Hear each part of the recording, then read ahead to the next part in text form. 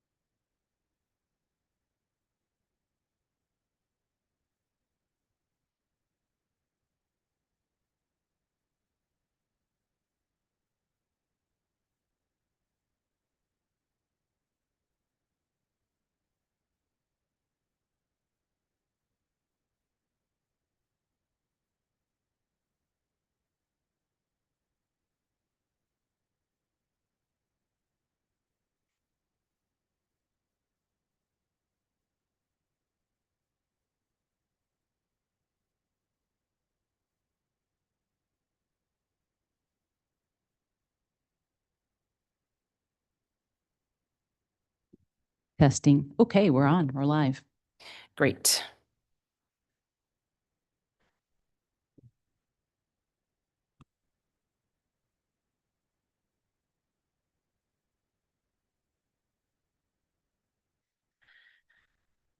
Just let us know when you guys are ready. No rush.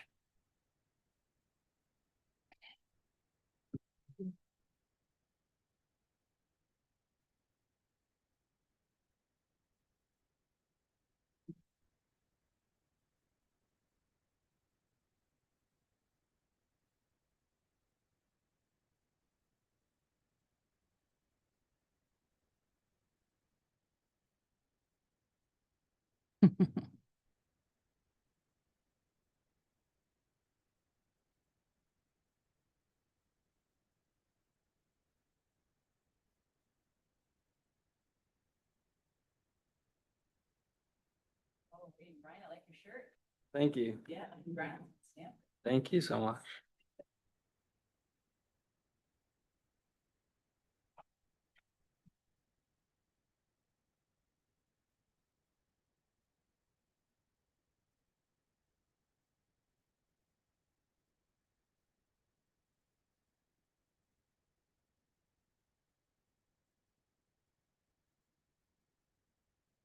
I didn't ask if there's any public comment for Chief McGovern. We do have members of the public. Is there anyone here that wants to ask him a quick question? Okay, I don't see that. That was my bad. Sorry, Chief McGovern. All right, we're all good. Thank you. Should I speak into the mic? Yeah, are we good to go, Sarah? Okay. All right. Our next speaker in our speaker series here, starting from July to December of this year, at the Emergency Disaster Preparedness Committee, we're going to have a number of speakers coming to the committee, giving our community information on the emergency and disaster and preparedness topics. Ryan is the Sensory AI founder, and we currently have a pilot here in Laguna, and I'll let him introduce himself, and we'll have some Q&A after your presentation. Take it away. Thank you. Yeah, thank you for having me here today. As you just said, I am Ryan Honry, the founder of Sensory AI. I'm an incoming freshman at Stanford University next year, and yeah. So first off, I could start with just an executive summary of what's been going on with all the work I've been doing. In 2020, I was inspired by the campfire, the devastating campfire that had happened. And that's when I had first started with building a science project. Back then, I was really just into making a science project. But at the time, I had started winning various awards and began to get media coverage. And in 2023, Chief Brian Frenessy, he was the Orange County Fire Chief at the time, he had seen me on some of the media coverage that I had been doing. And so he had taken me to go speak and present my science project to Professor Altentas. She was one of the professors that worked on the Alert California systems at UC San Diego. And I had given the whole rundown of my science project. And she had told me that she liked my detection system for two reasons. First of all, we detect for multiple signatures at the same time.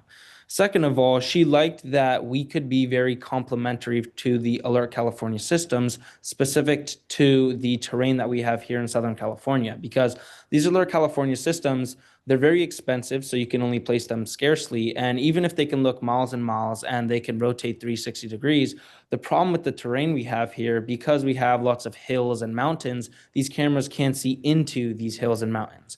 And so the idea would be to have my detection platform and my sensor network fill in those viewshed gaps and place them in between all of those hills and valleys and so on. Later in 2023, we had gotten our first partnership with the land manager, Irvine Ranch Conservancy. And in February of 2025, we deployed our first long-term pilot deployment with the Orange County Fire Authority that was in Irvine and with the city of Irvine. In January 2026, we became X Prize finalists. That's basically a big international fire competition for detecting wildfires without any human intervention. And then in the beginning of 2026, we started deploying our sensors across more cities. And then in April of 2026, we detected our first wildfire that was in Calabasas. And what had been happening is we kept getting notifications that there was a fire. And so we called the HOA, the head of the HOA there, that there was a fire that was right behind his house because we had our detector deployed right behind his house. And he was saying, like, no, there wasn't. I don't see any fire. And there's a picture on the following slide. He had zoomed in on like max zoom on his phone and you could barely see a whiff of smoke. But then from the images that were being taken by my detector, you could clearly see that there was a fire. And so we've gone various support that's been crucial towards the development of our sensor. With Stanford University and UCLA, they helped me to create a thermal fluids-based approach for fire detection. I'll go on more about that in the future. With the Orange County Fire Authority, they've been really crucial to be able to do actual fire testing with real wildfires and real fires. With the Irvine Ranch Conservancy, we've used a lot of their land for testing, and they've also been really helpful in finding more connections to other land managers. And the UCLA Garrick Institute of Risk Sciences has been really helpful because what we're planning on doing is that when a fire is detected, they will be creating real-time ember and fire spread models and evacuation models to supply to residents or so on. So this is a kind of bow tie diagram that helps explain how my whole network works. So pre-ignition, we have wildfire risk assessment units. These units basically have sensors detecting for like different vegetation types, wind speed, wind direction, live fuel moisture, dead fuel moisture, and so on. And then all this information can be provided to land managers because since my whole pitch is to make all my detectors as low cost as possible and very low power, needing no infrastructure, these risk assessment units provide very granular data. So instead of telling land managers all of this 1 mile radius or whatever, all of this 5 mile radius is high risk and needs to be cut down, it would be much more granular information to be very specific to where those specific risk assessment units are. Now, post-ignition, we have, of course, our actual fire detectors or fire sensors. These detectors are built to detect wildfires in their incipient stage, so smaller than 3 foot by 3 foot flame. And this information is obviously crucial so that we can create real-time ember and fire models and also evacuation models. That what I was talking about with the UCLA Garrick Institute, it would be taking data from our detectors and also our risk assessment units to be able to supply that information, those models. And then we also have our notification aspect to it. All of this information will be sent as a text message, as an email, and also on our user interface to fire authorities. And then also what we have actually implemented before, which I have a video of in the future, is sending drones directly to the fires without any human intervention. So ultra early detection. I'm going to be skipping over some slides because I have a very limited time. But I'm sure I think you guys have the PDF. So if you guys want to look back at any slides, you can. But yes, our goal is to detect a wildfire in its incipient stage. So smaller than 1 meter by 1 meter. And so this is kind of how the network looks like. Now we have 3 different form factors of our detector. This is the main form factor right in front of me that we have deployed today. This is our fixed detector. It has 3 sensors for the 3 signatures of fire, an infrared sensor for flame, a smoke sensor for smoke, and then we have another sensor for the heat plume. Now that's the thermal fluids based approach that I developed with UCLA and Stanford. And basically how it works is it detects the heat plume of the fire based on the refraction of the light. So that even if the flame itself is covered, because the problem that we came across is that a lot of times when you're trying to detect such a small fire, natural phenomena like rocks, small shrubs or so on can be covering the line of sight to the actual fire. But if we're able to detect the heat plume, which sits above the fire, that will take out the necessity of seeing the flame itself. And that's never been used before for the type of fires that we're trying to detect. So yeah. Now, what we also have are portable wildfire detectors. These are much smaller form factors with the same sensors in those detectors. These could be very crucial. For example, if it's a red flag day and my risk assessment units had understood and detected that there's a certain area that has a very, very high chance of fire, and there might be some old power lines around that area, then the fire authorities can then take those portable units and deploy them around that area just for some extra surveillance. And then what we have also done before is basically take this technology and put it into a drone.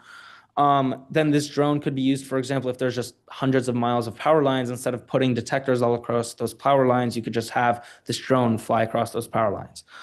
We don't build the drones ourselves, but we have integrated with them before, so it's very easily doable.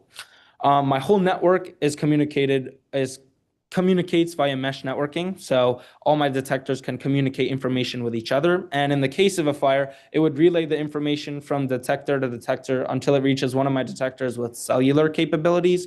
And that detector would use its cellular capabilities to communicate that information back to the user interface. Or it would be notifying through a text message, email. It completely is up to preference. And what would be communicated can be seen, an example in the top left of the slide there.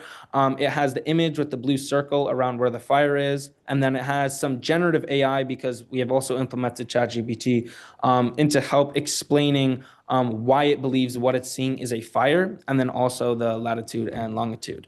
We're working on, right now, it's very easy to do. We're changing this latitude longitude to what 3 words, because it's much easier for the fire authorities to use. But yeah. So our value proposition is extremely early detection, filling in the viewshed gaps for larger camera systems like Alert California. And then we have artificial intelligence running right there on the detectors and also in the cloud. I'll be talking about that more in future slides. And then what you see on the bottom right there is what I was speaking about, the fire we detected in Calabasas. If you look at those 2 images on the left, those were the images taken on the phone. The bottom one is with max zoom, and you can barely even see a whiff of smoke, let alone with just the natural human eye. But then on the right there, you can see in the middle, it's hard to see on this big screen, but you can see the brighter white light in the center of the screen with the blue circle around it, which is what my detector had detected. And then on the bottom left there, you can see our performance numbers. So this is all for a fire that's smaller than 3 foot by 3 foot. We're able to detect it line of sight up to 2.6 miles away, partial line of sight up to 1.6 miles away, and with no line of sight to the fire at all, using the thermal fluids-based approach, around 1,500 feet away.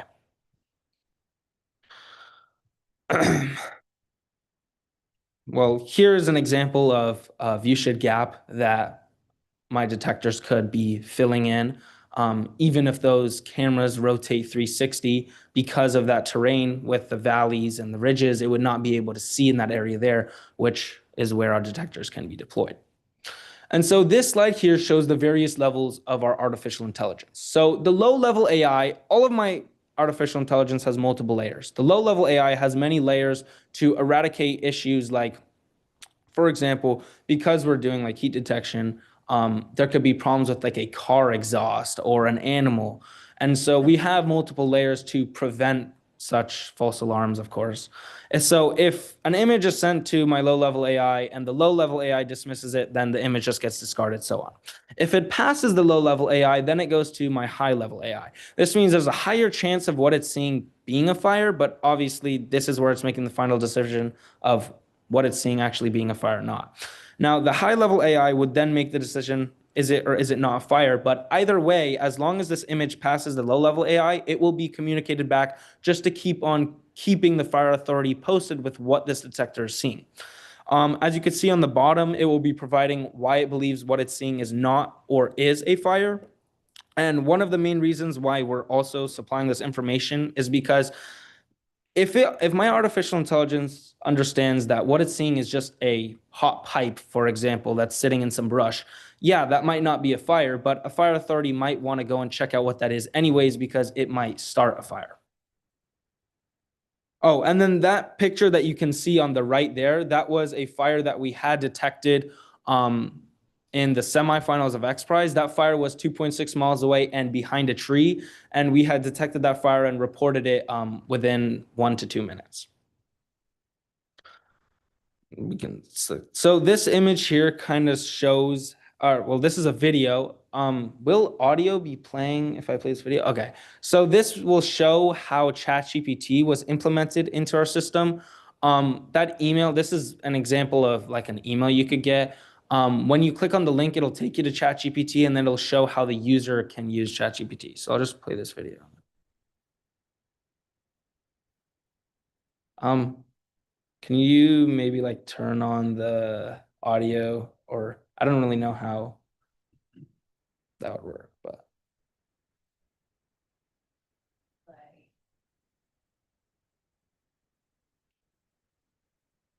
I don't know if the audio is going to work.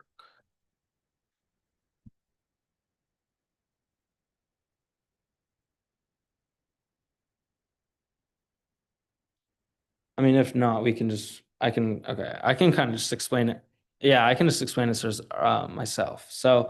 Um, so what you can see here is basically the email that would have been sent in the scenario that my detector does detect a fire. So the user would then go, if they want to go into ChatGPT, they could click on the link that's provided there, and then it will provide them with a bunch of information, including the image it sees and the explanation of why it thinks what it's seeing is a fire. And then the user can then go ahead and click on the actual map itself so it can see the surrounding area of the detected fire so that it knows specifically where it's at, because obviously it might be harder for them to pinpoint exactly what it's seeing from that black and white image. And then if they go back, they can ask some more questions about what they're seeing. So for example, here it's asking what would be like the fastest evacuation route, for example. And then information like this can be really helpful to a user because they might want to know, based on current traffic patterns, based on the growth of the fire, is my house really in risk? Or what's my fastest route for evacuation? And so on. So this just makes it much more user-friendly and helpful for the users rather than just leaving them in the dust. So pre-ignition. So we have done, because we have had various pilot deployments now, we have a lot of information to keep on training and testing our artificial intelligence so that my detectors can, and the artificial intelligence can learn from the typical heat patterns and so on, so that in the case that they're deployed, this really minimizes false alarms. And so this is a deeper dive into the risk assessment units. So they look for different types of fuel moisture, wind speed, wind direction, and then they would be creating an hourly fire index that can be provided to land managers or whoever needs it. And then they can go ahead and read based on wherever the risk assessment unit is, what they're looking at. And then this would be integrated right into the mesh system so it can communicate this information along with the detectors, and it creates kind of like a spider web type of network. So this kind of just showcases the same bow tie thing that I was speaking about earlier. Sorry if it seems like I'm rushing, but I'm just trying to fit the time limit. And then here it'll show, this kind of shows how we've integrated with a drone. So you can see in the back there, that's our detector. And then this was the drone. My detector had detected this fire that was here and then sent the coordinates to the drone. And then later in the video, you can see that this drone goes to this specific location and then drops balls that are fire retardant onto the fire. And then we can skip over this. So the Orange County deployments. So this is the specific area that we're focused on deploying in Orange County. We're focused on deploying in the area between Irvine, Laguna, and Newport Beach. And right now we are in collaboration with actually deploying. We're very close to deploying for phase one in Newport Beach and Irvine. And then on the slide there, you can see yourself that we have multiple organizations that we've engaged with and are very supportive. And those are very obviously helpful and necessary for ending up deploying on their land. So here shows the specific locations that we are planning on deploying with the Laguna Beach Fire Authority, Fire Department. These locations were chosen in collaboration with them. So thank you, Chief King. And so we are planning on deploying 12 in Laguna as soon as possible, of course. And then for around Laguna, we are also planning on deploying not only in Laguna Beach, but around Laguna Beach. So these are the areas around Laguna Beach that we are planning and deploying. And yeah, so thank you for inviting me here today, and I'm open to answering any questions. Great, fantastic presentation and impressive technology as well. But I'm going to go ahead and ask anybody else, do you have questions or comments for Ryan? Go ahead, Sunny. Then Drake.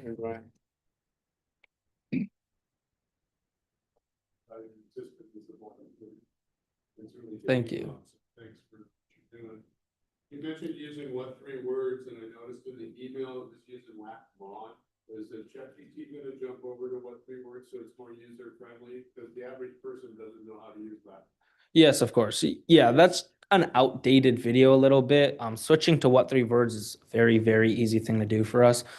So the answer is yes, we will be switching that to what 3 words because obviously we've been meeting with the fire department, and what Chief King had actually told us is that those latitude, longitude with 10 different decimals is absolutely useless. It's much easier to just be using what 3 words. Yeah, exactly. Yeah, of course. Yeah. Well, Ryan, thank you. It was an incredibly informative presentation. In terms of the actual risk assessment units, what is the baseline sticker price for one of these to deploy? So the price depends on where you're deploying. It depends on the volume of deployment, deployments.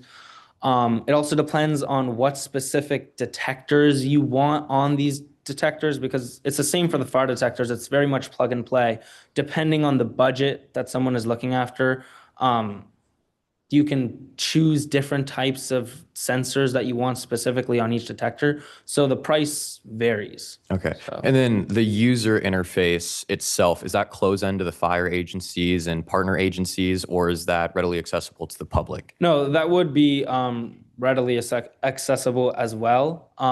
Of course, fire authorities will have, so the way that the user interface works is that you log in with your credentials, and then based on your position, you see a different page. So something like the fire authorities will see a much more in-depth page because, for example, when you deploy these detectors at first, you have to, like, for example, set the detector on your map and so on, various different things. These type of things will only be seen by the fire department.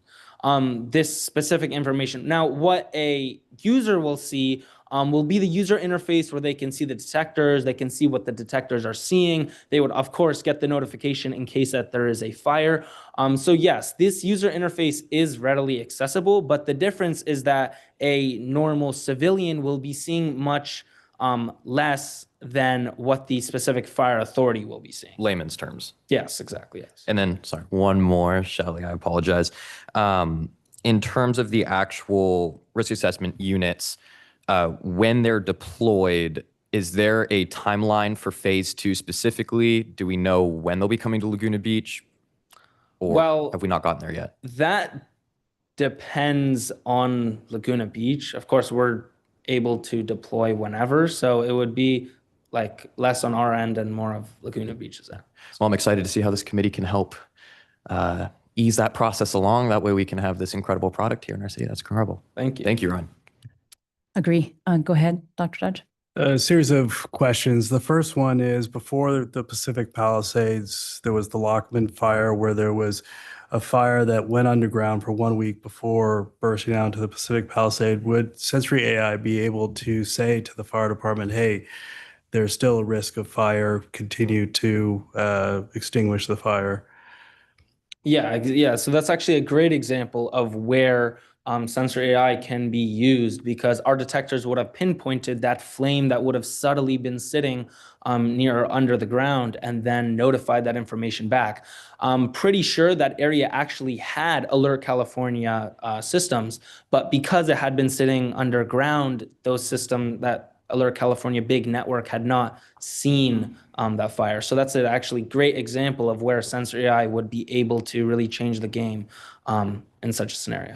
And when your paper was released to the committee, AP News, The Wire report about Greece using Aurora satellite. Could you compare and contrast the satellite system of Aurora with what you have here? Yeah, so one of the problems with these bigger networks is timeliness of response. So I've written 2 papers. One of the papers I published in the ASME Open Journal of Engineering, and the paper was basically all about surveying all of the current existing solutions for detecting a fire.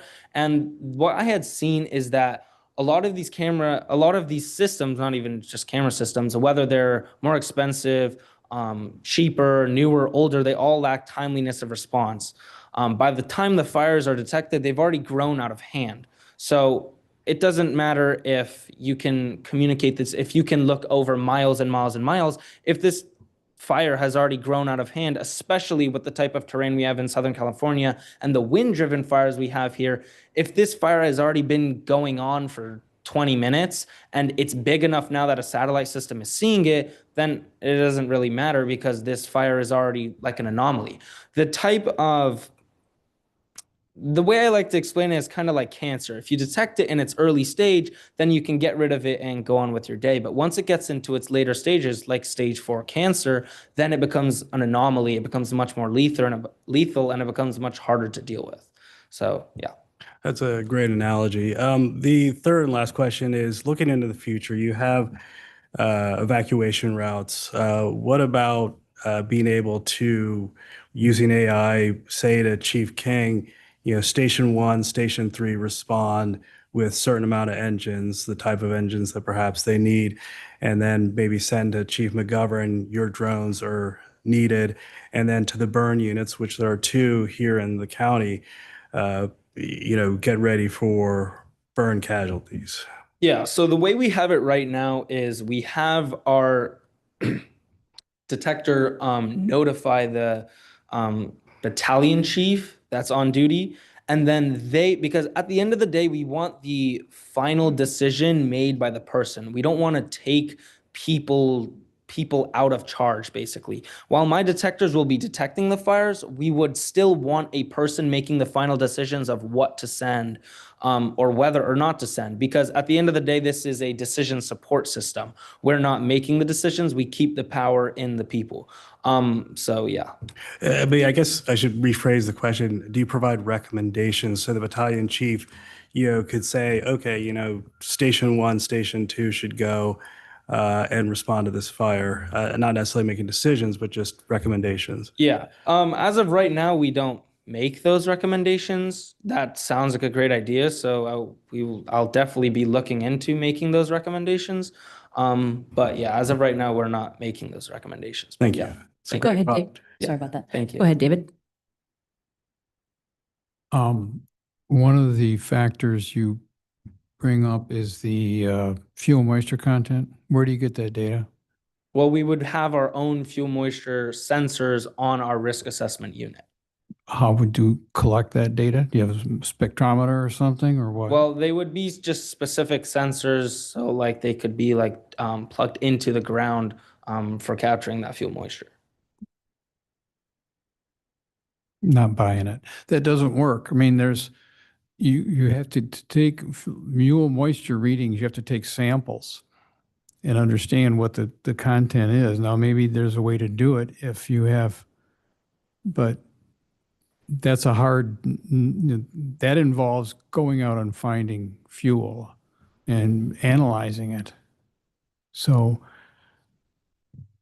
I'm just curious what. This is an example of the soil moisture sensor. I mean, this is obviously a very cheap example, but this Right. is an example of a type of soil moisture sensor that would be plugged into the ground to capture that soil moisture. That's Now- not going to tell you fuel moisture. That'll tell you ground moisture. Well, the fuel moisture, soil moisture will help basically explain if there's a fire, how would it affect the soil itself. Fuel moisture would be more difficult to capture. Our sensor itself wouldn't be capturing fuel moisture, it'd be soil moisture. We also have we also have detectors for fuel moisture. I don't remember exactly the type of sensors that are used for fuel moisture because our expertise is for detecting these fires, and then that risk assessment, the sensors themselves, that would just take a little bit of research to find whichever sensor is best for fuel moisture. I'm not an expert in fuel moisture sensors, whether they're live fuel, dead fuel, but it would be very easy to find what type of fuel moisture sensor would be necessary. It would just take a little bit of research. I can say right now I might not be an expert in fuel moisture, but that would be very easy information to. No, it's not easy because I've been looking at this for years. It's not an easy thing to do. It involves people in the field going out and collecting data. There's a professor at UCI I'm working with about mass spectrometers to look at a field and be able to take photos of the thing. So it's a trick. It's not as simple as dropping a thing in the ground. That's helpful, but it doesn't really give you fuel moisture content. No, yeah, I understand. Well, So I'll but- try my best. I'll do what I Yeah, can. yeah. And what I've done all the way until right now is figure out a way. So I guess I'll good figure work. out another way. Fine, but if it's one of your major components, which it is, it's always is what is the fuel moisture content? It's definitely an important factor. I wouldn't say it's one of the most critical aspects, but yes, it's definitely an important factor. So yes. Yep, thank you. So I would say we have something to offer you in that respect. So David is one of the experts in the area for the moisture, rather, the fuel moisture.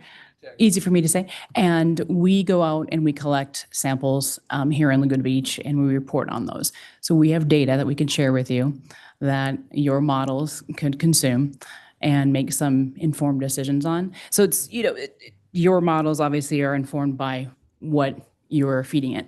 Yes. Correct? Yes. So it's very easy for us to integrate. So yeah, that would Yeah. be amazing. We could Yeah. easily integrate into. Of course. I just want to add, I'm with the company and we work with UCLA. They have fuel moisture professors, and this is what they've told us.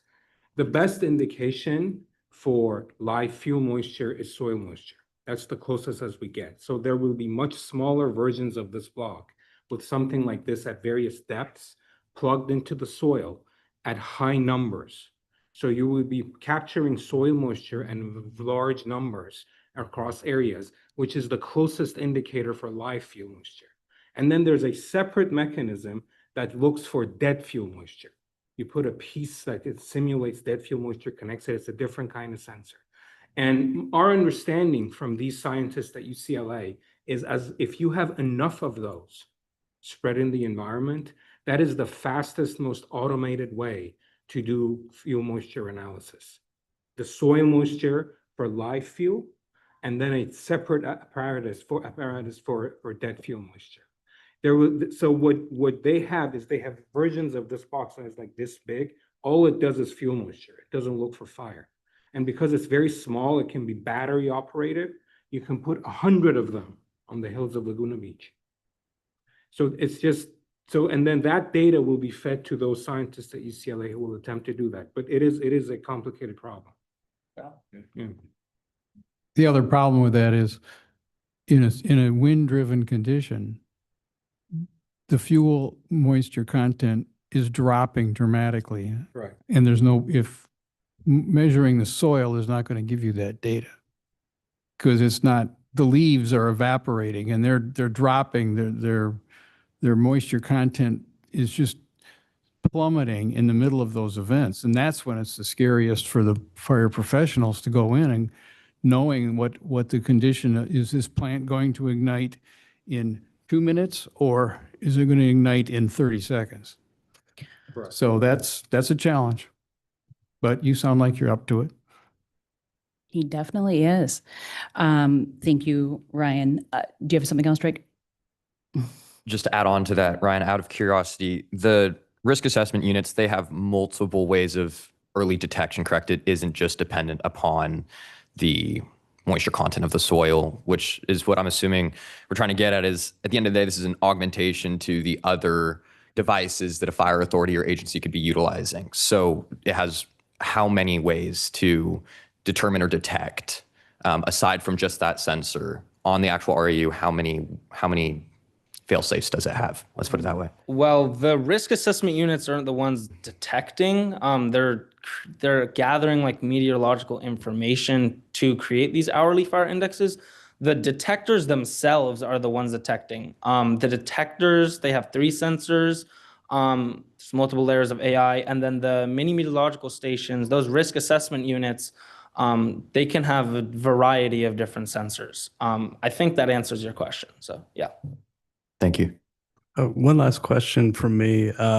First of all, I want to congratulate you on such a wonderful device, and you're going to be a great add to Stanford. I want to congratulate you on that. My last question is, where are these made? Are you making them, or? So as of right now, we are making them ourselves. Excellent. How long does it take you to make one of those units? Around like couple days. It doesn't take that much. If we have higher volume, it might take a couple of weeks. It just depends. So for like a single one, like a couple days to a week. Now, if it's Sorry, let me answer that. We don't have a large inventory. yeah. Okay, so if we have an order, ordering the equipment takes a few months. Okay, so from scratch, getting a contract to having a number of units we can deploy is 2 to 3 months. But if we have the components ready in place, we manufacture them right here in Orange County. In a matter of days, we can put one of these together. They need to go through a test methodology. So depending on what we're talking about, if we want to build 2 new units, it takes a few days. But if it's like a citywide order where we have to go order all the components and stuff, it'll take 2 to 3 months. Great. Thank you very much. Appreciate it. And just for everyone's context too, is Ryan was coming here for not only presenting this phenomenal new technology that he's piloting and has had a lot of success with, but also to get feedback. So, Professor Horn over here definitely has a wealth of knowledge. His home was burnt in the 1993 fires. He has done arguably more as a resident than any other resident here in Laguna. So I would lean on him for support and any feedback, most especially in the topic he asked you about. We do have those moisture meters right here in Laguna. And we go out and we collect those moisture samples once or twice a month. And we would love to have you see that process so you can kind of get your mind around it and see what you can do with your technologies. So part of this speaker series is all about collaboration and supporting one another and iterating where we can, okay? So I wanted to thank you for being here. The one question I have is your system's gonna have multi-use, right? So right now you're detecting fires, but you'll be able to probably use this for multiple different arenas, I would suspect. How far subterranean do you go? Well, that just depends on the surrounding terrain, basically.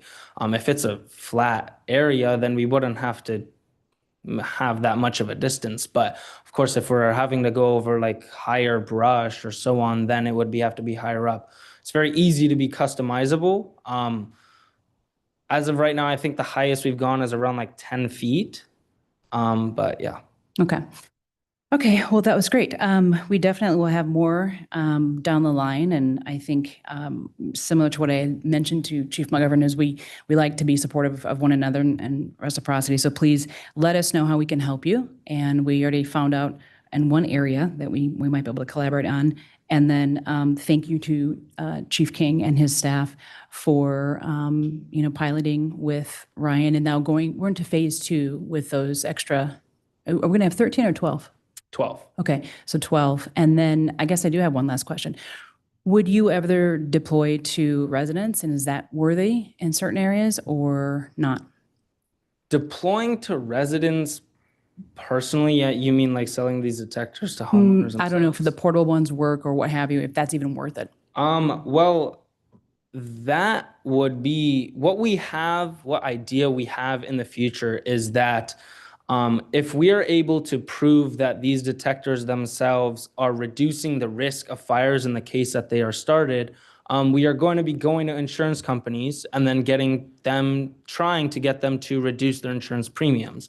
And then we would go and sell these to homeowners associations for less than the amount of money that they would be gaining back from the insurance premiums. And then that would be sold per house per month to the homeowners associations. But deploying them to personal single people would be more difficult because then they would have to go through their own things regarding like deploying them unless they deploy them within their own house. But that would be We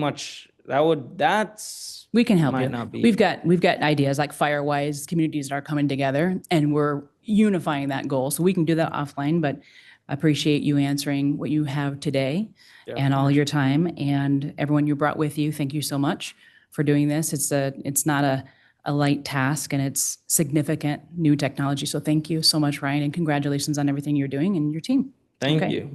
Thank you. Any members of the public have any questions for Ryan? Go ahead. Yeah, so it's self-sustainable because of the solar panels. So it could live years and years without needing to be replaced. But the idea is that within these years and years, we would be upgrading the detector, so it would be replaced anyways, but it could go up to like 10 years without needing any battery replacement. Go ahead, sir. Would it be in your plans to maybe sell it to the general public or maybe homeowners with large large properties to try to prevent their own fires on their properties? Yeah, so that definitely could happen along with what you had just asked. So integrating with her, that would be possible to do, but as of right now, we haven't sold it to personal homeowners. But let me clarify that. So in Calabasas, we're working directly with HOAs. Yeah. Because in that situation, the MRCA, the land manager next to that, they have their own fire department. Yep. So they are going to support that. So we can sell to HOAs depending on where do they want this information to go? Because that would come, somebody needs to monitor this 24/7. Yeah, the state of California has an insurance issue. So that's just kind of how we'll problem solve this. And, eventually we'll bring these Rubik's Cube problems together. We'll get it done. But if there are HOAs that have their own security guard systems, private security that can monitor this, then of course, that's what they're doing in Calabasas. In fact. Okay, good to know. Thank you. Ryan, do you need anything from us? I do not. Okay, well, you come back and let us know if you ever need anything. And I know you're talking with the chief and, both chiefs here, Chief Hill and Chief King. So thank you very much and have a great summer. Thank you.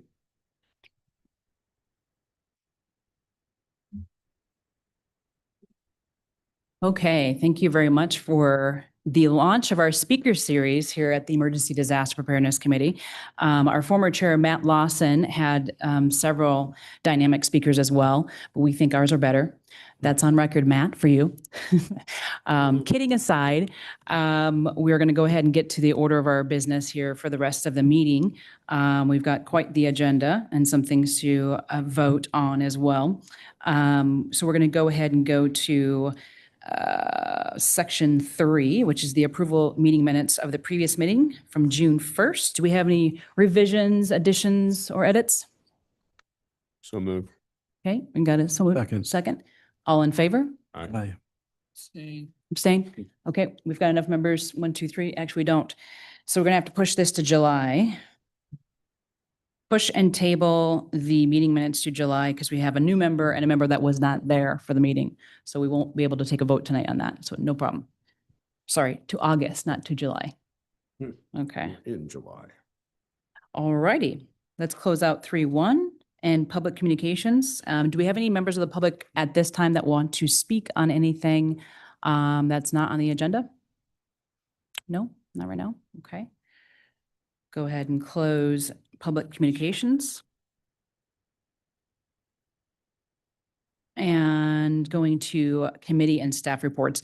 Councilman Whalen was here to have a couple of us take the oath of office this evening. And so that was nice with our new member and then the 2 members that were termed as well.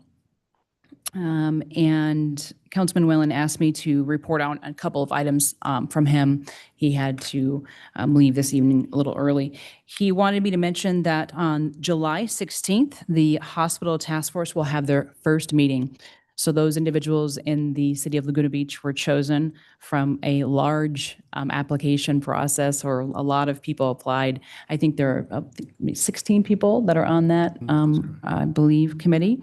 So they'll have their first meeting on July 16th, and the goal of that committee really is to look at all options for Laguna Beach and what's happening with Providence and the hospital situation.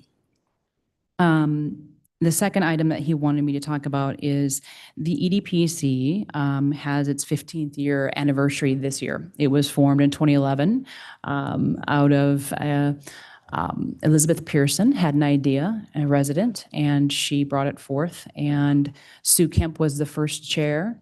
David Horn was on that committee. He is the lasting member that's lasted the entire time. Professor Horn, and so he's been here the entire time. But on July 21st, the city is going to be doing a proclamation for the first time for a committee, a city committee, and it'll be for the Emergency Disaster Preparedness Committee's 15th year anniversary. During that time, we will go ahead and honor Elizabeth, who is no longer with us anymore, in addition to all the members across the 15 years of service. We also have an infographic in the packet this evening that demonstrates what we have accomplished, and in draft form, we'll look at that a little bit later. But Councilman Whalen really wanted to be of support and wanted everyone to know here on the dais that how the city appreciates us and that we're doing good work. So good job, everybody. All right, so that's it for Councilman Whalen, because I can't speak for him, so don't ask me questions. And now we're going to go ahead and go to 5.2. Sarah Lamones, take it away.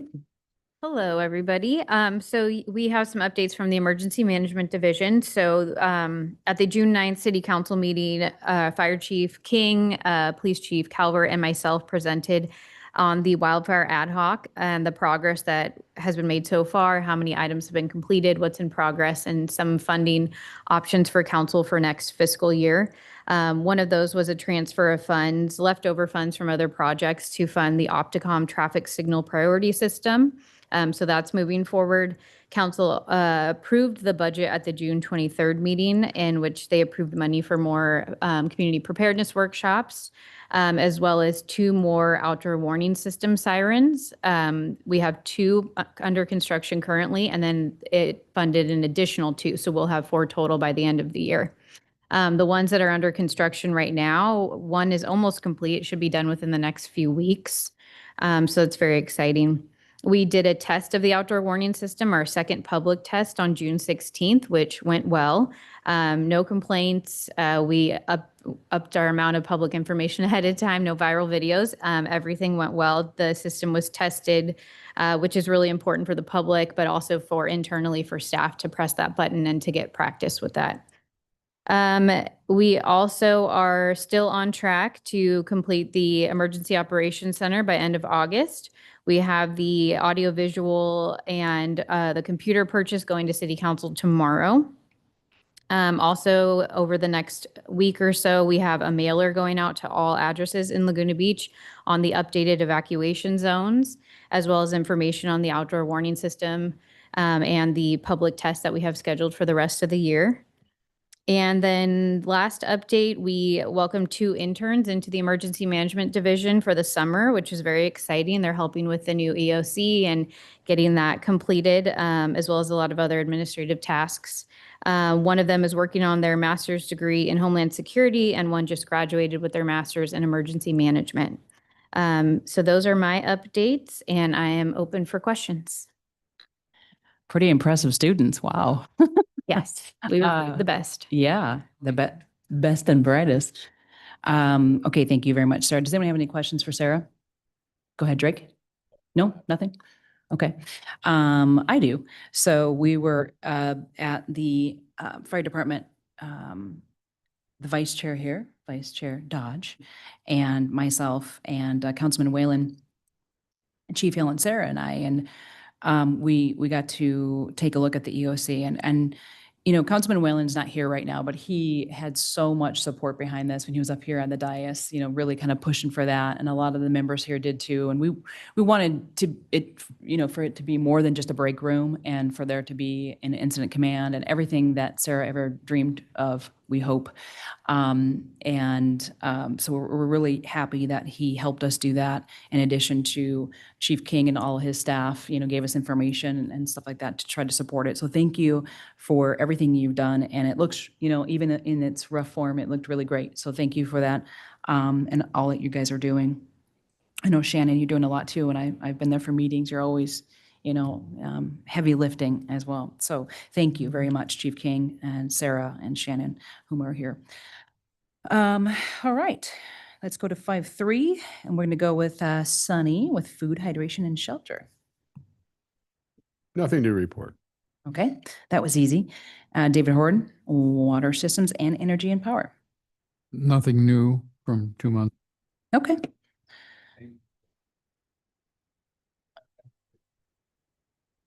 Sarah, we're gonna go find out who we can talk to about the fuel systems that come into town. Okay. I don't think your mic is on, but he needs to talk to Sarah about the fuel systems that are in town. Okay. Good job. All right. And Edward is in Washington, D.C., and so he's absent today. We're going to go ahead and push his materials. And then hazardous materials is mine, and I invited TJ McGovern to give us a good in-depth understanding of what had happened. But then also that brings to mind when we had Chief Lether here, I think as well, what I want to look at with this subcommittee, along with Drake. I think Drake is going to take over the subcommittee and be the chair, is traveling hazards. We have so many, you know, big tanks coming through here, and or even he mentioned the Amazon trucks that have battery, you know, whatever's there. We need to kind of get a grasp of what is traveling through Laguna, if we can, if that's possible. And I'm just going to stick one of the sensory AI detectors out there to detect a truck. Kidding, not kidding.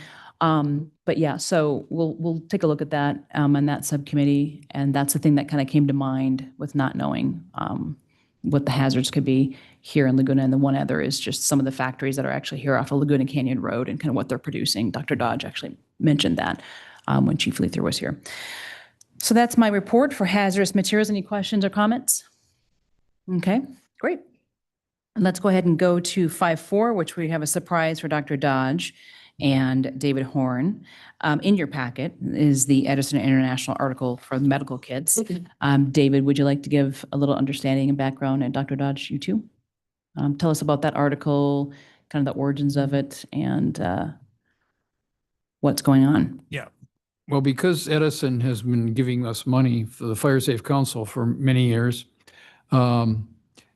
they would typically, at some point, they'd say, hey, we want to write about this. So they've written about the fuel moisture recording and those kinds of things. And then they asked about these medical kits because they were paying for them, or they were giving us the money, and then we would give it to Bill to deploy.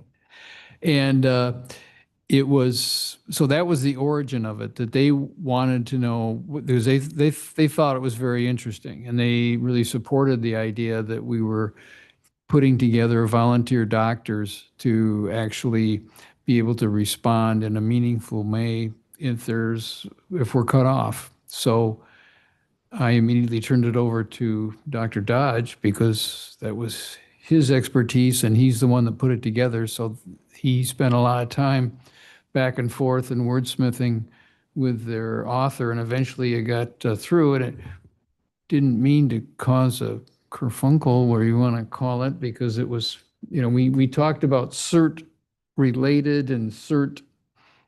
It sort of was like the impression could be made that it was a CERT program that from the city, but it's not. And but that was I guess an interpretation. But when I applied for the money, I always said, well, this is, you know, a CERT member doing this.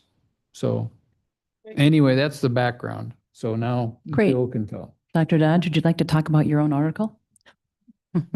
So David pretty much covered it all. And so what the bags are essentially is a go bag for keeping the individual physician in a trauma situation of a catastrophic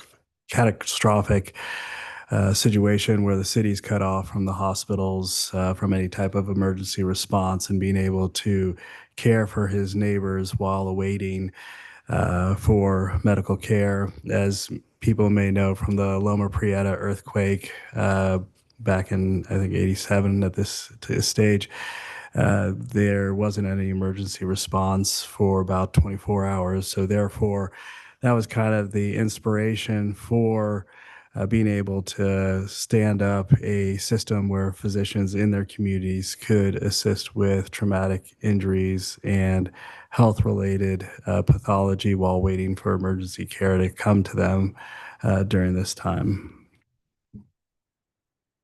Excellent. I think it's an impressive article, and it also, highlights that Dr. Dodge is not, only the vice chair here at an emergency physician at, Providence here in Laguna Beach, but he was also a 21 years Navy commander who's been deployed to many combat zones. And we all knew that, but reading it again is just a good reminder of, the minds you have up here to try to do the best we can for the city. So thank you for your service to our country, but then also for what you're doing for our community. I really sincerely appreciate it. Thank you very much. Okay. Closing 5-4, going to safety and security, which is me. I'll try to go pretty quickly here. So I had mentioned way back in February, we're looking at, Sarah and I, some agentic AI type deployment for the EOC, piloting it. What are the lower level tasks that a computer can do for the EOC in the event of an emergency? Clearly, there will be a human in the loop, as they call it, for the agentic systems, but I had the Harvard Data Science Initiative professors come to me and ask me to do a pilot somewhere. So they would be helping on this pilot, and some of the things that you see outlined in this report, this is a draft report, Sarah and I will look at. The biggest thing, like we've talked about before, is workflows. Similar to what Ryan was talking about for his sensor, and it's only as good as it's trained. So we'll continue to keep you abreast of what's going on with that, but that particular paper does outline some of the things that might be low-hanging fruit for the Emergency Operations Center that's coming along here in August. So we'll see what we can do, and we'll keep reporting off on that. Right along scheduled, we have room for one more member. We can't have more than 3, but we have room coming up for the right along for the fire department, marine safety, and the police department. We have marine safety booked for, is it July 30th? So July 30th, early morning out of Newport. So I think we might have room for one more. I'm not sure. Are you bringing the interns? Yes, we're bringing one of them. Okay. So we do have room for the other one. Do we know how many were? I think 6 total, but 6 total. but we have 1 spot left. Okay. So if anyone has any desire to go out in the marine safety boats out of Newport and see kind of what they do for the afternoon, it'll probably be half of a day. Let us know and we can get you going on that. And then we haven't scheduled the fire department or police department just yet. So once we do, if you're interested after this meeting, reach out to me and we'll go from there. A resident from Top of the World contacted me from Nestle Road, and he and a number of his neighbors, including the association up there, are concerned about a apparent city lot off of Nestle Road. I think it's a cul-de-sac, and they're seeing a lot more activity with mountain bikers and day hikers and people just kind of back there. And they're concerned. They think it's a safety concern, and they're not quite sure where to go. They did talk to, I think, the city manager and one council member, and they were just looking for us to reinforce that the need for some sort of direction there, just to make sure that the neighborhood is as safe as possible, but also that there's no hazard, particularly or liability for the city with that lot. So we did not determine anything from that conversation. We just wanted to make mention of it since they actually asked us to put it on the agenda and we're here for the residents. So wanted to make sure we got that on public record. Any questions on that? Okay, Yeah. go ahead. Yeah. Shelley, didn't we have, I forget his name, the gentleman that was here last month, representing the mountain bikers and the trails and stuff like that? Yeah. Wouldn't it be Jim someone Foley. that we would want to get him involved in kind of a civilian policing agency rather than calling out rangers? Because I have friends that live up on that same up there, and I brought it up to his attention last month that there is a faction of mountain bikers that are breaking trail, and they shouldn't be doing that, Mhm. which creates, you know, I hate to say it, but an existential threat. That's Matt's. But it's a problem, you Yeah. know, and we have trails, we have parklands, and they are supervised and maintained. But when you have people just jumping through vacant lots and then breaking trail, it's a problem, and it needs to be enforced a little more severely. Yeah, I agree. So thank you for that. And Tim Hayes is the one that reached out to me on behalf of everybody. And Tim used to serve with me on the environmental committee, so we're pretty familiar as well. So just want to make mention of that. The next item is the building resilience through public-private partnership. It's a white paper drawn up for our subcommittee by me. On the draft, it does say that this is not sponsored by this particular committee just yet, or anyone in the city. It's a balcony view concept. And basically, here's the concept is the capital that's deployed post-incident is so significant compared to pre-incident. And there's so many stakeholders pre-incident that we actually probably could do a lot more for the disaster, kind of percentage of what happens in terms of the resiliency and things like that with a new model. So basically, it's a proposal to say there are 10 stakeholders for one resident. And the only one that's denying right now residents are insurance companies. Mortgage companies haven't got in on this yet. The tax base, city hasn't gotten in on this just completely yet. It's the homeowners, they're frightened right now. We've talked to a number of them, and you have a lot of retirees and people that don't have, wealth and circumstance. They don't know if they can stay in their homes if they lose their insurance. And one's concerned that their mortgage company is going to call the loan if her fire insurance and her earthquake insurance goes away. So I'm not sitting here saying that this committee is going to solve this for our city, but we have to start somewhere.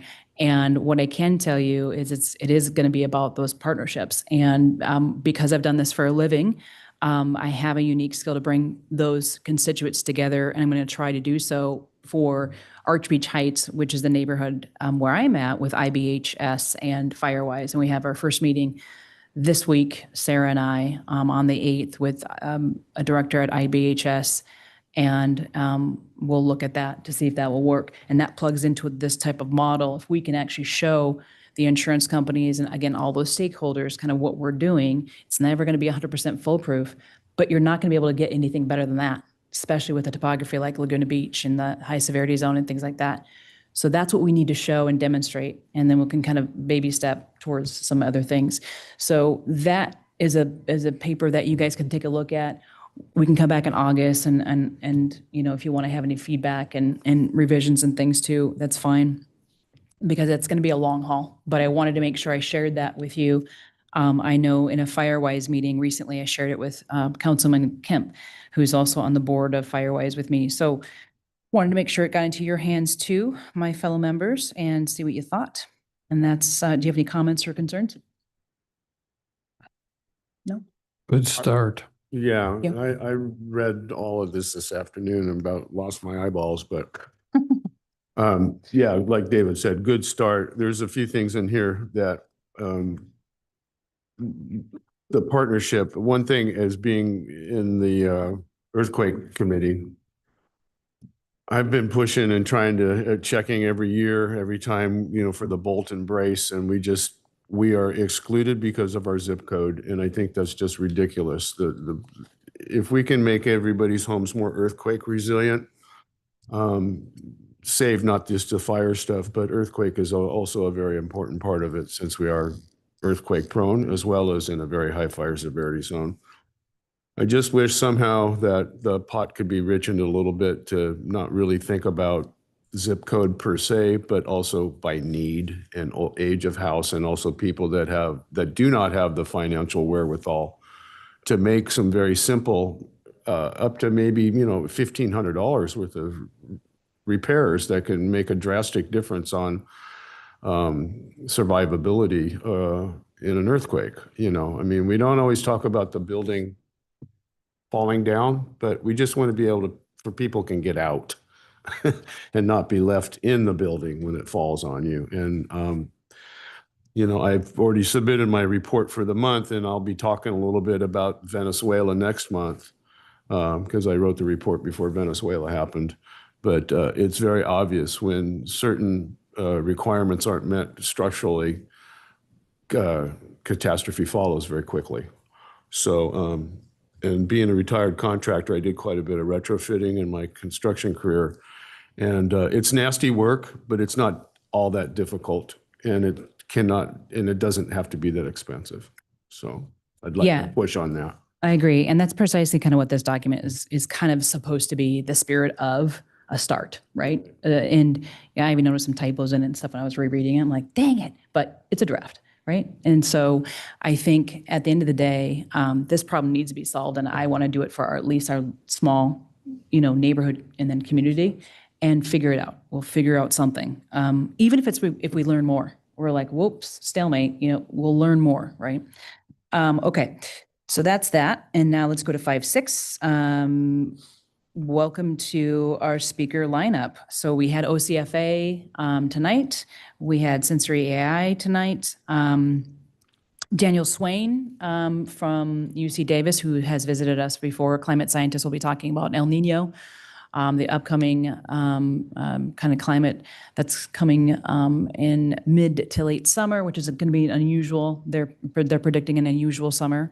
So it'll be interesting to see what he has to say. We have Katrina Foley coming, our OC supervisor, coming on in, Drake's boss.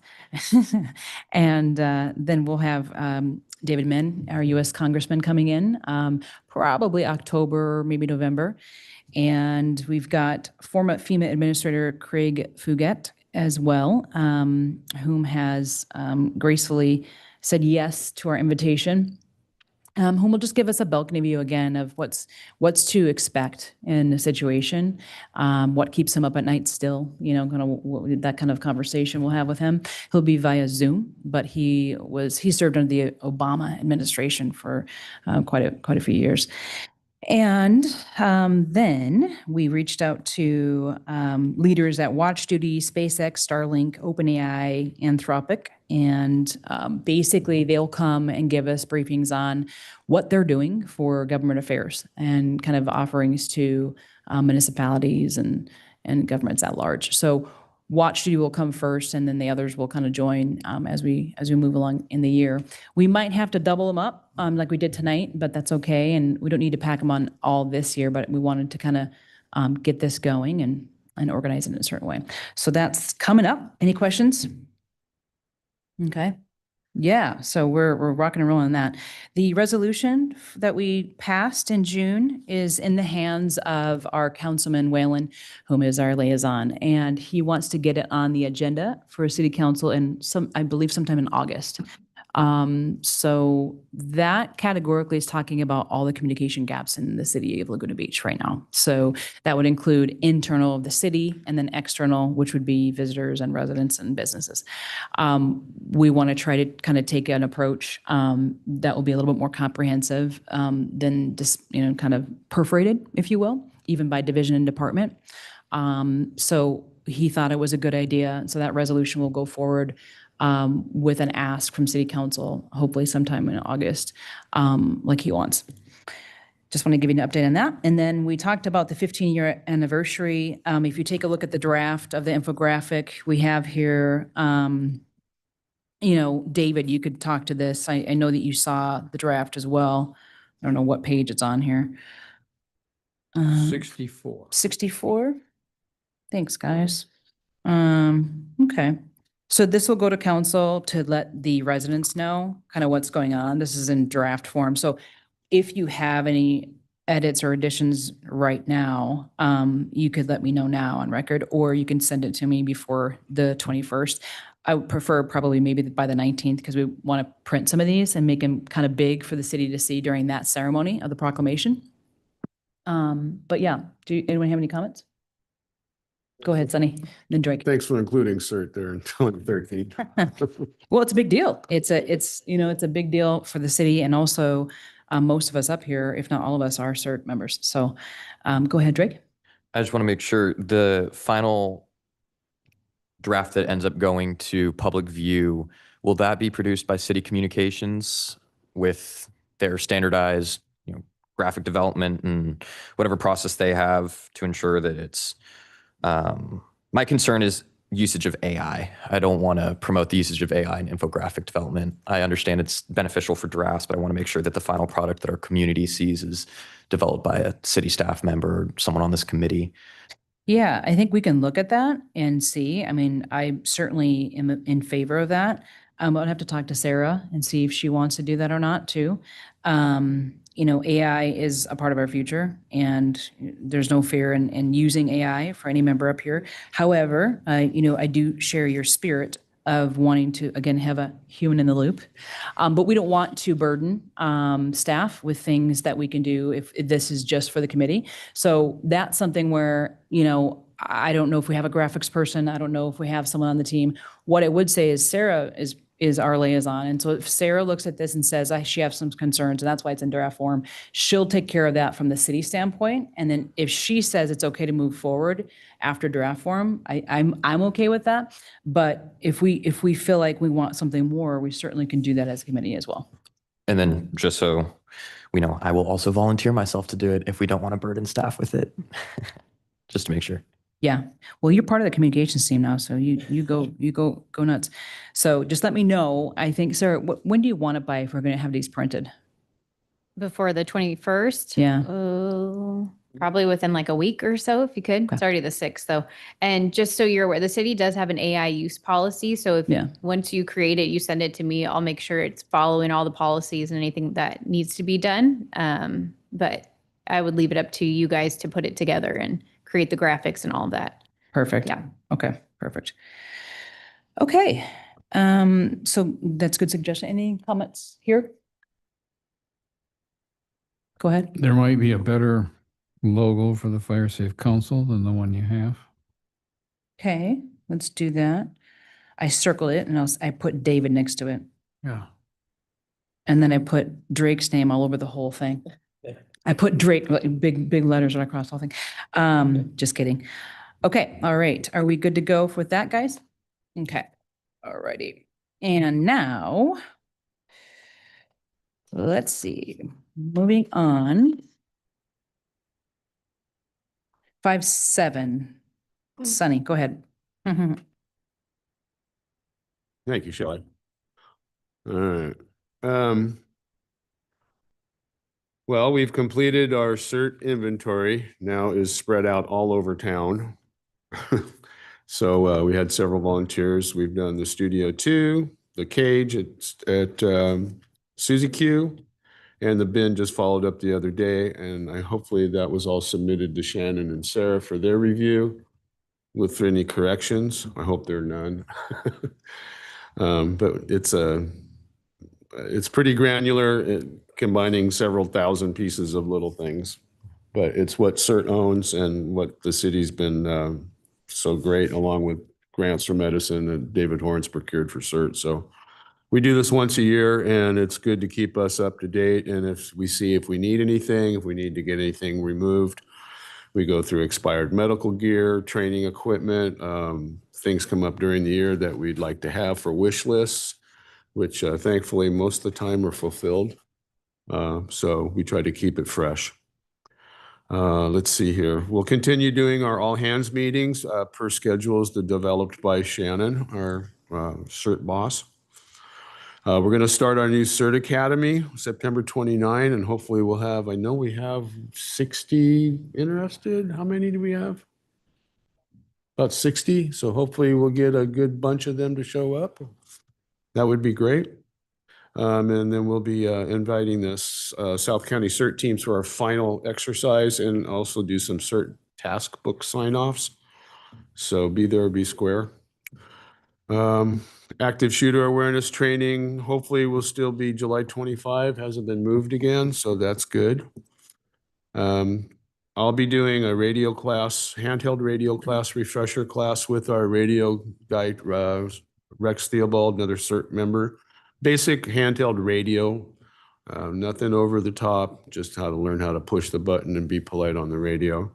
We'll also do we're gonna do a field search drill out in the field at CRC where we'll simulate a grid search for our members and how to properly walk in a line and look for information and evidence if we're ever called upon to do that. We will continue doing refresher opportunities for our CERT volunteers who have signed the new SOP and our active CERT volunteers. We are still pushing to get our volunteers to sign the SOP. We have quite a few, but we keep bugging them and hopefully they'll keep signing. Farmers Market, run by Jillian Sullivan, our Farmers Market Queen, July 18 and August 15.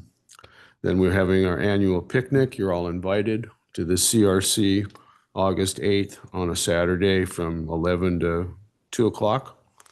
Burgers and dogs and all the fixins and bring a dish.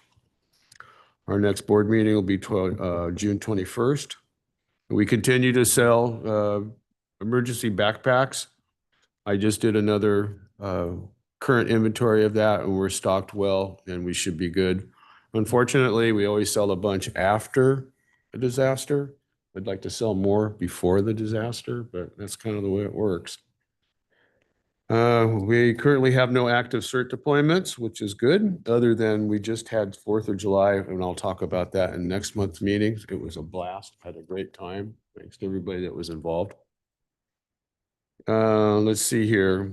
The big news that came out a little while ago, a few weeks ago, is about the activity along the San Andreas and San Jacinto faults. Has been pretty quiet, but now it's reaching a stress level that they haven't seen supposedly in over 1,000 years. All that means is prepare now. Don't prepare after because it's too late. Nothing happening around here, shaken, but the Ring of Fire seems to have a little bit of problems. Again, 6.7 in Indonesia, 5.5 in Japan, and a little one off of the coast of Cuba, which is odd. So earthquakes are prevalent. They're always around. So all I can say is take a CERT class and be prepared. That's all I have. Okay, thank you so much, Sunny, for everything. I know you had an 18-hour day on the 4th of July. That's like bell to bell and then some. When do you sleep? So, Sarah, quick question for you. The dog emergency kits, are they in? Yes, they are in, and we're just working on getting them up in the website so you can buy them. And we just did a photo shoot with our actually, we didn't announce that, but our new fire department. We have a dog, an emotional support dog. Peer support dog? Peer support dog. He came to the last city council meeting. His name is Oro, but he's the model. So we just did a photo shoot with him at the fire station. We'll get that posted and the flyer out, and then we'll be able to sell those. They're large dog evacuation kits. So those will be posted soon. I'm gonna come hang out with Oro. Where is he? He's assigned to a firefighter. Okay. So he's on shift when he's on shift. Okay. Do you know He's what here fire in station- Station 1? Yeah, it's station 1. I don't know if he's here right now, but Okay. yeah. Can I whistle? I'm just kidding. But he's a really cool dog. He goes on the fire truck with them. He's amazing. So yeah, stop by and I'll find out when he's on shift, and Okay. maybe we we'll can do have a him ride come along by with him. EDPC. Say, we do a ride along with. Yeah. With Oro. Yeah. Okay. Great to know. And then do you know what they're going to be priced at, the kits? It'll be the same as the backpack. So I believe it's $53, Okay. which is the deal. So Okay. yeah. Very, very good. Thank you for that. All right. Thanks, Sunny, and thanks, Sarah. All righty. Well, let's move on to David Horn, the Greater Fire Safe Council. Go ahead, David. Okay. I just noticed a typo that, I just can't find good help to do these days. That's what AI is Yeah, for. AI, come on, AI it, like everybody else. So it was collected on June 20th. And the one chart listed as May 20th, so I apologize for that error. Things are drying out, no surprise. Hasn't been any rain, and it's continuing to fall. So that's what's happening out there. And I didn't mean to be so inquisitive to our guest, but one of the major components is, fuel moisture content, and where do you get that data? And it's sticking a thing in the ground is not going to tell you what the plants are doing. I'm sorry, I don't care what they say at UCLA. Anyway, what we see is it's falling. I did get my permit finally. They figured it all out after, let's see, I started applying for it last August, and I just came through. So now it's sanctioned to go out and collect the plant samples. Until when? Well, yeah, till it expires, like in September. So I just got it. Oh my gosh. It's already going to A expire. 2-month permit. For Yay. and they upped the price from $75 to $200 for the permit. So, and then you also have in here the stuff from Irvine, the charts and stuff from what Irvine is doing. Hopefully I will get out the end of this month. So I'm leaving town for a couple of weeks, and we'll see what's going on, and in August, et cetera, et cetera. But I'm expecting the numbers to just keep falling. If you can't go out, I'll go out for you. Just Yep. tell me when to go. Thank you. I've got the key, and I know That's what right. Ben does. That's Just like I was right. telling Ryan. You gotta,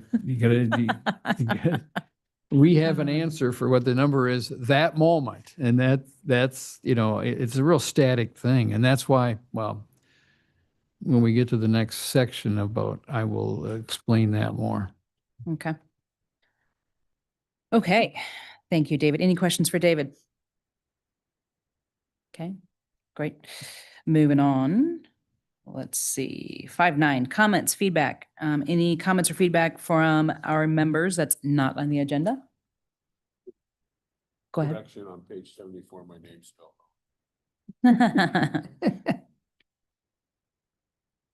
Okay. Too many E's. All right, I've had that done before to me too. Okay, the one comment is Tony Rahimian, I can't speak, had resigned for personal reasons. So we have a 6-member body until we figure out what we want to do with that vacant spot. He left mid-term. Officially, as the chair, I want to thank him for his service to the city of Laguna Beach. He's also served on other committees as well. So thank you, Tony Rahimian, I know how to say your name, for your service and dedication to the city of Laguna Beach. We really do appreciate all of your expertise. So thank you for that. And if anyone has any questions on that, let me know. Sarah and I have talked about this a little bit, and we're working with the city clerk and see what our options might be. Okay, items for discussion and action? No, hold on. I got to give my rest of my comment. Oh, whoops, where are you? All right. What happened is I finally heard from Oh, there you Edison, and they said I talked to somebody at their international, and they liked my concept. So then I had 2 days to write up the actual grant, which I did and submitted. In that grant, I asked for, I think, $3,000 for the Firewise community collateral material and things. I put in there like hats, T-shirts, whatever, to make it look like it's a real thing. So I haven't gotten the final approval from the grant, but if it goes through, it does. Since they let me go into the grant to write the grant, they usually then give it to me. So one of the things will be the continuation with the high school and the flow program. The other thing is I have to recalibrate Ben, and then money for the Firewise communities. So I think you guys, when you're looking at that meeting tomorrow, you can say we highly probable that there is some money available for things to $5 help million. $5 million. Yeah, right. I got to move things along on that regard. The other part of the grant, which is actually more exciting in some sense, is the guy I'm working with at UCI who has a mass spectrometer, so they can look at miles and miles of terrain and give instantaneous readings about what the fuel moisture contents actually are.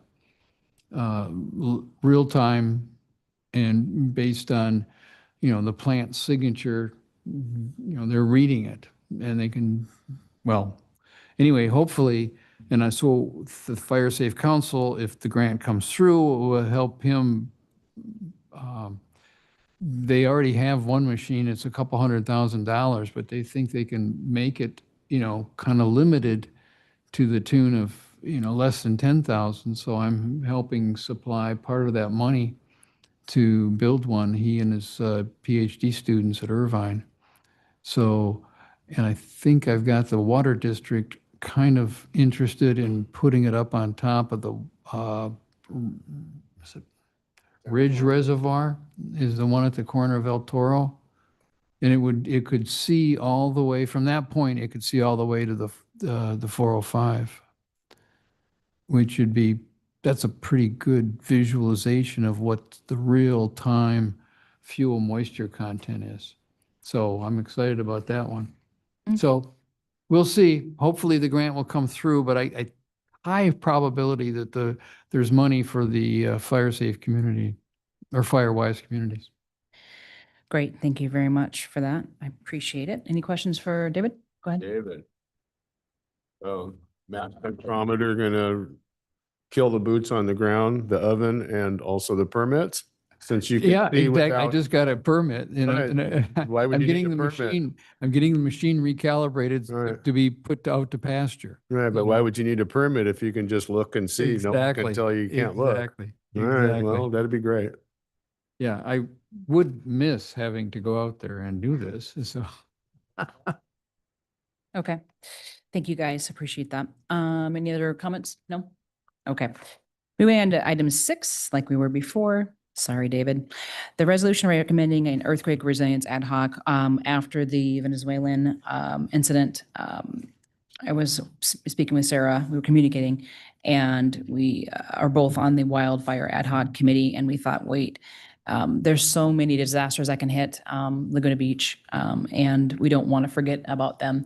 Also, like I mentioned, it's true that people are losing their earthquake insurance now. And just so happened, one of my neighbors, when I was on the phone with her talking about her wildfire insurance getting canceled on August the 19th, or cut down all your trees or you'll be canceled kind of thing, she got a cancellation for her earthquake. And this is 2 days after the Venezuelan earthquake and all the others that happened in California. And like Sunny was saying, in the Ring of Fire.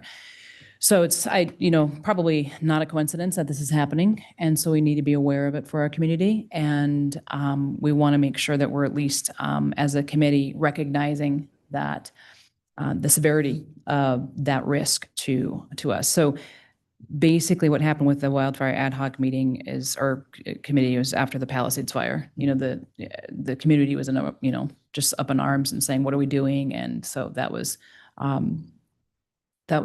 done then. So we want to make sure that we're ahead of the game here. So that's what this is about. So this is a draft ad hoc reso. Does anyone have any edits, additions to page 72 to 74? So if we could just go ahead and go there and take a look at it. This would be going to Bob Whalen for his support to then bring to council for them to hopefully get a group together. Like Sunny, maybe you could be on it too, from your perspective of Bolton Brace and all that stuff. So what comments do you guys have, if any? So the concept is to basically duplicate the wildfire ad hoc. Correct. Yep. Just have a group of concentrated experts and or, folks that have their hand in that and make sure that we're not missing anything. and then come together as a community and then ask for what they might need as a group. It would be similar to, Sarah, I don't know, I think what we have the water districts there, we have Emerald Bay there, we have PD, FD, we've got administration, and obviously city leadership there. It's SoCal Edison, San Diego Gas and Electric, really anyone who has a role in this kind of preparedness, response, recovery, or mitigation was invited to the wildfire ad hoc. So I think this would probably be a similar Yeah, premise. okay. Yeah. Does that answer? Okay, Sarah Good idea. okay. and Shelley. Yep. Number one, on the seismic resilience, I want to make sure we wouldn't be doubling up on the critical infrastructure studies that the city's already done. So Yeah. we have to be careful how that gets implemented. I don't know that, what we could do too is, where is that on here? Number 173, page 73. 73, number one. Okay. Yeah. So Matt and I, for instance, served on one for the CAP. Remember that for the climate adaptation? We kept bringing that up, like, don't duplicate this. We've got something that we can, look at. We don't need to duplicate it. So this group and the wildfire ad hoc team was really concentrated on that too. And I don't think we had any external, we didn't actually need any external RFPs or anything like that for any additional studies. It was just kind of brought together and we determined what we needed based on the inputs of those meetings. And then the list was created on a nice, kind of categorical AI spreadsheet. And and I'm kidding.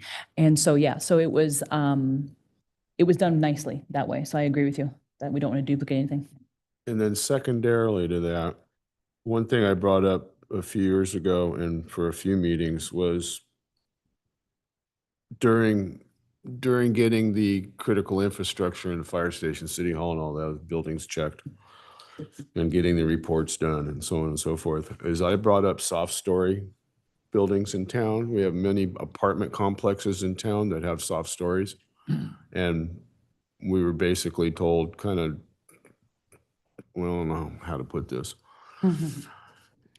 We didn't get a lot of support on contacting the HOAs or the building owners to retrofit those soft story structures in town. Okay. And I think because there's quite a few residents involved, maybe 40, 50, 60, 70 people, buildings in these things. It's not like a single house shifting off a foundation. You're talking 3-4-story buildings collapsing. So Okay. I don't know if that'd be something that we'd think about other than critical infrastructure. Or is this just something we want to do as a citywide thing, or we aren't going to touch anything in the personal venue? Well, the wildfire ad hoc did. I mean, they put Firewise on there. So that's the reason I Yeah. did my neighborhood, is Right. because it was literally born out of that list. And I Right. thought, well, again, if not you, then who? So, Well, it kind of yeah. goes with the bolt and brace, Yeah. and the seismic retrofitting and so on and so Yeah. forth. So I don't know how that could be dovetailed into that, or if that's something that we could talk about at a later date. So yeah, I think it's part of it. And it'll definitely, if that group comes together and like if you're part of it, for instance, you would be there and you'd be, voicing that while on those meetings, which would be great. Scotty, what is a soft story? What is that? drive up Cliff Drive Mhm. from Broadway, Sure. that first apartment building on the right. Yeah. It goes between Rosa Bonheur and Yeah. it's all those underground parking spaces with just walls and all the apartments are stacked. That's a soft story. There's no lateral stability in those buildings. Unless you have a box with 4 sides or shear walls in there with a load path going all the way through to the foundation. So imagine a house of cards. Right. Yeah. So you've got garages that go straight through for double tandem spots. If the building goes like this, they fall over and everything collapses. It happened in Northridge. It happened in San Francisco. But we have soft story buildings all over town. And so what they're doing and mandating, like in Santa Monica and other cities up in Los Angeles area. In fact, it just happened to my son's apartment building in Culver City, where they came in and mandated that the parking garage, which is soft story with a 2-story apartment building, they had to come in and put A-frames and steel frames and all that to give the bottom story rigidity. So in a seismic event, whole building moves instead of it falling over. Is that mandated by the local government or the Yeah, insurance city company? yeah, the city was making them do it. How do they get insurance though? You would think that, Yeah, well, I mean, it's a tough nut to crack, I mean, it's that people don't want to incur the cost, No one wants to spend the money. because retrofitting can be expensive and those kind of things are expensive. Where they actually have to dig foundations and put in steel frames, and it's called a moment frame. So, you see that all over town when they build a building now. Most of them have a moment frame somewhere in the structure where there's a big steel column and a beam going across, and that holds the whole building rigid. Because you want the whole building to move as opposed to anything popping out and falling over. So soft story. Yep. Okay. Quick comment. Yep, go ahead, please. It's quite a bit of, not necessarily bad overlap, but overlap with what the committee is already doing in terms of the FEMA, lifelines. Yep, Because if you read down that list, it's the lifeline list, totally.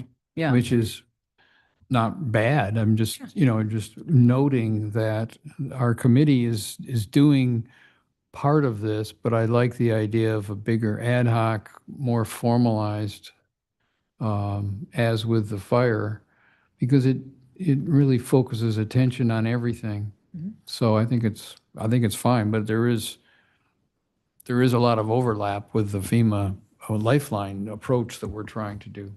Yeah, I mean, maybe it can be tied into if Sarah thinks it's wise and if she likes this idea, and if Waylon does too, because if we pass this tonight, it'll go to Waylon and Sarah. Yeah. It's like a resolution that the city had. It's a process that it needs to go through, then to go to city council. But if Sarah, Chief King, and Waylon somehow thought that this didn't have legs and it wasn't in line with what the city wanted, they could actually not put it on the agenda. At least we did our job up front, but that's kind of how that process works. Yeah, well, what it's kind of doing is putting some teeth behind the FEMA resolution that we've been working for. Yeah, and this is coming from the Safety and Security Subcommittee. So it literally is following the protocol of what we did with FEMA. Now this is some of the output. And so, yeah, so it's similar to Dr. Dodge's, is it a letter? Or did you write a resolution? The letter? Yeah, isn't this? Do we have any edits or additions before we take a vote on this? No edits, but I just want to say this is an incredible example of the forward planning that I think that both our city staff and committee are responsible for. And I don't know if it's possible, but I move that we pass and adopt it as soon as possible. Okay, do we have a second? Go ahead. I would second or approve, provided that Councilman Whalen, I'm always a fan of brevity. So anytime we have a chance to tighten things up, so I think if Bob Whalen approves it, I'm fine, other than my name spelled wrong. Okay. All right, we will note Edward is not here, correct Sunny's name, and then for the record that Councilman Whalen is not present. However, we will get it to him, and if he wants to bring it back in August, he can with anything he has. Any other comments before we go ahead and vote? Did I have a second? Sunny was a second? Yes, second. All in favor? aye. Okay. All right, it'll go through that process and we'll see if it comes back to us or not, okay? Thank you for that, and Sarah, thanks for your support on that as well. Okay, so we're going to 6.2. Dr. Dodge, take it away. So this is a edited letter from the one that I originally submitted to the committee for approval to send to City Council on recommendations in terms of what to do about the possible closure of the hospital by Providence. And essentially, I've now consolidated it to one page with a list of citations and 3 recommendations. Okay, does anyone have any comments and or edits, revisions? Question. Second paragraph on the 5% increase on mortality rates, 5% of what? Yeah, so that's an excellent question. Is that, in terms of, overall mortality would increase by 5%. So the mortality rate annually incurred by Laguna Beach would increase by 5%. Right, but what is our mortality rate? So it's 25%, it's going to go to 30 or That's correct. Yeah. something like that. So Yeah. what is it now? So in terms of the actual mortality rate, unfortunately, that data is controlled by Providence. So Right. therefore, when the Laguna Beach resident arrives at Providence, they hold that data. So this is just a speculation by Health Affairs on a example from California on what happened to the community's mortality rate after the closure of the ER. Right, so whatever that rate is going to go up 5%. By 5%, yes. Yeah, all right. And therein lies the problem. Therein lies the rub. Yep. Okay. Go ahead, Drake. Just out of curiosity, is there a more recent research published by the Health Affairs, or is this the most up-to-date information we have on mortality? It's the most up-to-date and most relevant. There's the Bureau of Economic Research that's done something more recent. However, this specifically looks at mortality rate, while the Bureau of Economic Research looks at the overall economy, unemployment, house values, those kind of things. And then last sentence of that second paragraph, I just want to make sure that we have the ability to back that claim up, that it would surpass those caused by all natural disasters in Laguna Beach's history combined. That's correct. If you look at the disasters that have occurred, it's pretty much in the single digits. So anything, it could be speculated that any type of mortality increase would surpass that. Okay. Any other comments from any of the members before we go to a vote? Okay. And Drake, I think you can vote on this, even if you are close to the hospital, because we're a committee and we're just bringing this to council. I believe if you're a council member, you might have to recuse yourself, but I could be wrong. Sarah, am I right in saying that? Yeah, you're correct. Okay. So do we have a motion to approve? I motion to approve. Okay. Do I have a second? Okay. All in favor? Aye. Okay, that's unanimous. Thank you, Dr. Dodge, for doing that and for, again, everything you're doing for our community here. Looking forward to seeing what's next. Do I have a motion to adjourn? So motioned. Okay, second. Second. All right, all in favor? Aye. All right. Aye. Great meeting tonight, guys. Thank you. Yes, it was. Thank you.